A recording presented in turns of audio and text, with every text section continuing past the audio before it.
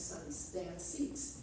And he moved his preferred location to that area of the ballpark unto this day. He was soon able to finance his own independent excursions to the polo grounds by collecting hot bottles, which he stashed in the knickers that young boys wore in those days, and then redeeming the bottles for enough cash for a ticket to the bleachers, 50 cents. Arnold was enchanted by Bill Terry, the Giants' star first baseman. I am left-handed, and Bill Terry was left-handed, he explains, and he was my first hero. And so began his study of the athletes who played the game he fell in love with. With 3 teams in the city, New York in the late 1920s was a thrilling place for young baseball fans. The Giants were in their glory years under their manager, John J. McGraw. Down in Brooklyn, the Dodgers were becoming the Giants' perennial nemesis, and nearby in the Bronx, the New York Yankees were beginning their ascendancy, led by Babe Ruth. Ensconced in the bleachers, Arnold soaked up baseball's rhythms, fundamentals, and stories, developing firm opinions on the game and its players. The greatest of them all, he claims, was Babe Ruth, because his talents went far beyond his famed home runs. He points out that Ruth broke fast, had an accurate arm, and always threw to the right base.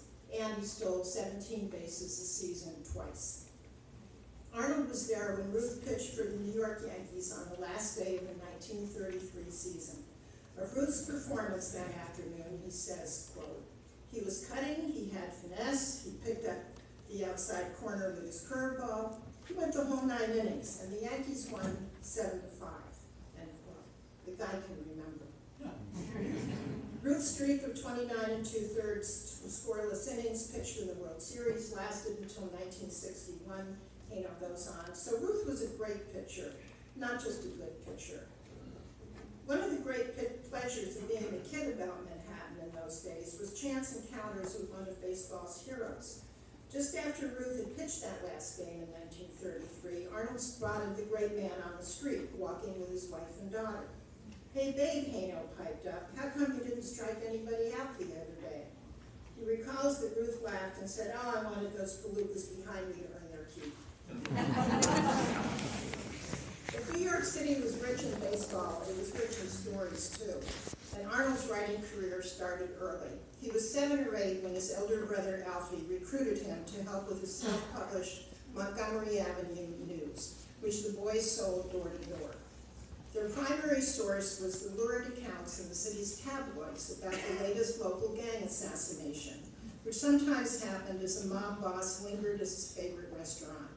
To this day, Hano prefers a seat in any restaurant that faces the door with his back to the wall, a habit he shares with other New Yorkers. He continued writing as a student at Long Island University, working for the school newspaper as sports editor and co-editor. After graduating with a degree in English and journalism in 1941, he enlisted. I'm sorry, he didn't enlist yet. He worked for the New York Daily News until his enlistment in the Army. During World War II, both he and Alfie served with valor. Arnold, who attained the rank of 2nd lieutenant, was awarded the Bronze Arrowhead. And that means that he was in the first wave of people to go on shore of a particular particular zone of fighting. Alfie, however, did not make it through. His B-17 was hit by an enemy fire over Germany. After helping several enlisted men to safety, he went down with his plane. When the war ended, Arnold jumped into New York's literary milieu, teaching, editing, and publishing the fiction he wrote in his spare time.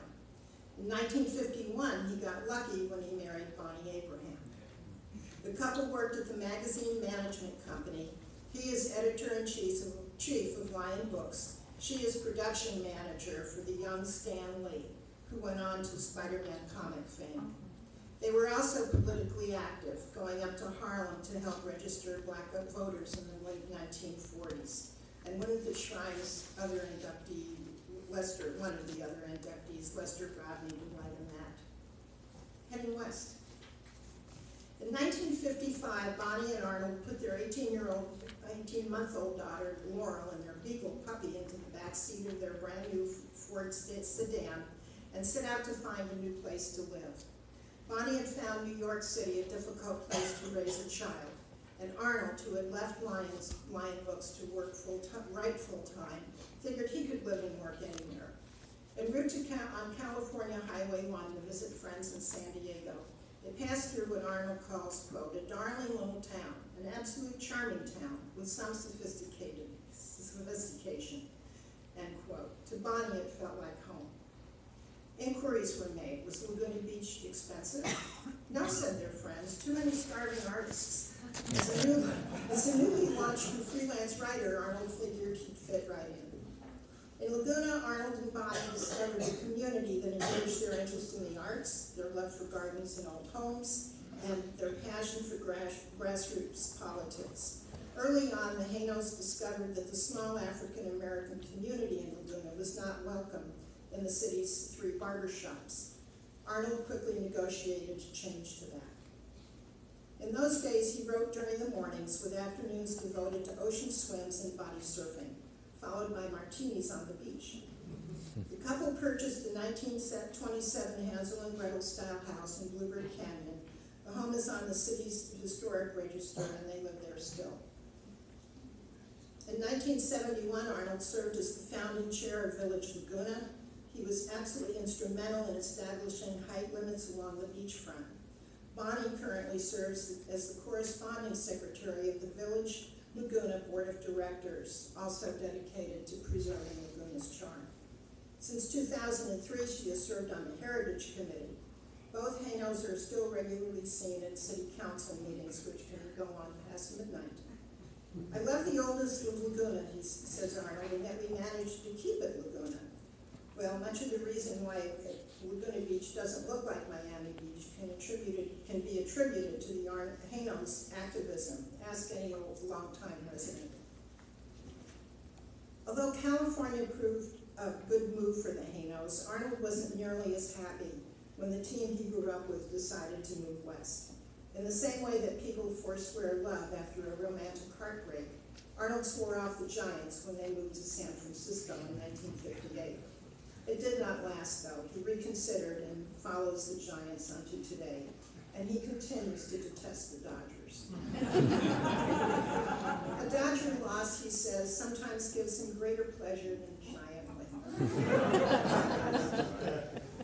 In California, Arnold was prolific, publishing baseball articles in such venues as we've heard as Sport Magazine, Western novels, short fiction and Ellery Queen and Alfred Hitchcock mystery magazines, biographies of heavyweight champion Muhammad Ali, basketball star Kareem Abdul-Jabbar, and Willie Mays.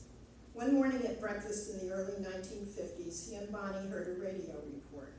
Arnold recalls, quote, Senator Joe McCarthy had sent 2 of his stooges, Roy Kahn and David Schein, over to Europe to investigate U.S. Information Service libraries to see what kind of, quote, communist, end quote, propaganda they were peddling. And they found these, quote, communist, end quote, books by Hemingway and Steinbeck. And the news story said they had them burned. I went through the rest of the day feeling that something had been torn out of my stomach. Turned out that was not true. The books were not burned, but they were removed, end quote. The story prompted Arnold to write the short story, The Crate at Outpost 1, about the dangers of not reading. For the crate of the title contains the enemy's greatest weapon, books. The story has been republished in more than 20 languages.